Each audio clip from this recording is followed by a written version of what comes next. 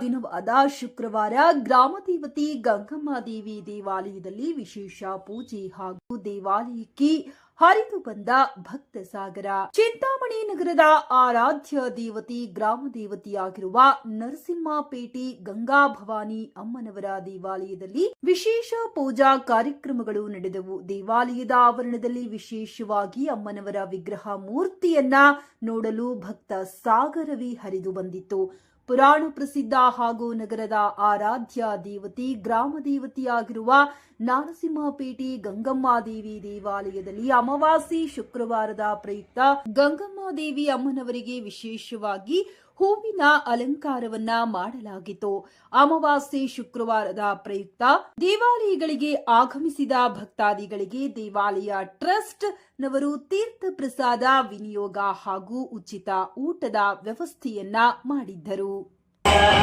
ಮೂಲ ಸ್ವರೂಪೇ ನಮ್ಮಮ್ಮ ಸಕಲ ಪ್ರಜಾಯೇ ನಮ್ಮಮ್ಮ